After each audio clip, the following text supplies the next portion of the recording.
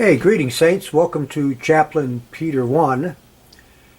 And here's a clip I want you to see on YouTube about the mark of the beast and about changing the DNA.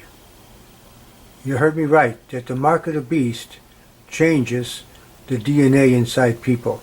Now pay attention and listen to this clip over here.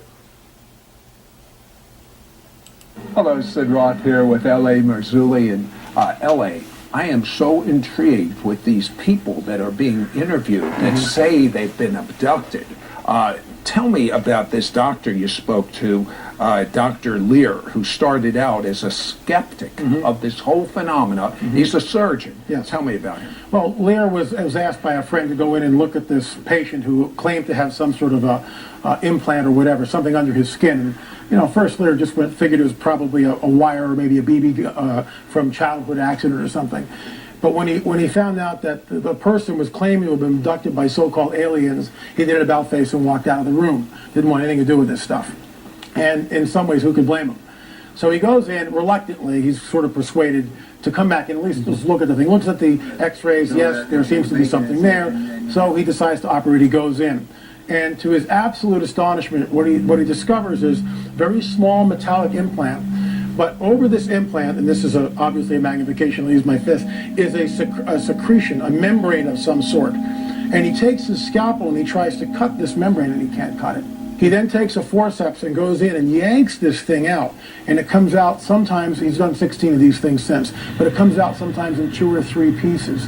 What he's discovered is when you take these things out and you put them in a petri dish of the patient's blood, and you just let them, and the pieces are, let's say, separated by a half an inch or an inch, come back 24, 40 hours later, the pieces have tried to assemble themselves. How is that possible?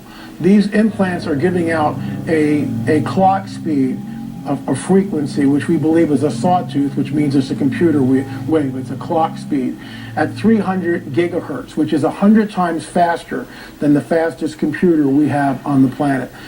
Inside these things are carbon nanotubes not found in nature. And other compartments, we have no idea what they're doing. But I asked Lear, I said, in your professional opinion, what do you think this implant is? And in sort of a gruff, I don't do my best imitation, he goes, well, it's changing the person's DNA. But that's what he believes. And that Did you hear that? It's literally going to change a person's DNA. This sounds way beyond robots and way beyond any science fiction things I've ever seen.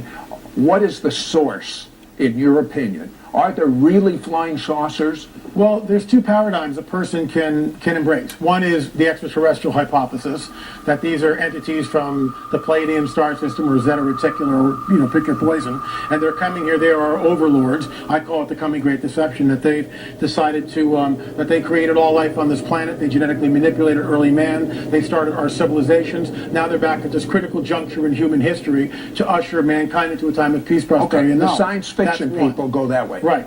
The New Ages go that way. All right. What's your? I believe that they're interdimensional beings. They are highly malevolent.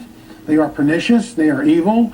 They have an agenda. It goes back to what we read in the book of Genesis, Genesis 6. The sons of God, the B'nai Elohim, the fallen angels saw the daughters of men, chose for them wives, and the hybrid was a Nephilim. Isn't it interesting that Yeshua says, as in the days of Noah, so it will be when the Son of Man returns? Why is he signaling the days of Noah to us? Why is he pointing to the days of Noah? Because something happened there that is unlike any other time in all of history, and that is the presence of the fallen angels openly presenting themselves on the earth, and I think we're moving into that time.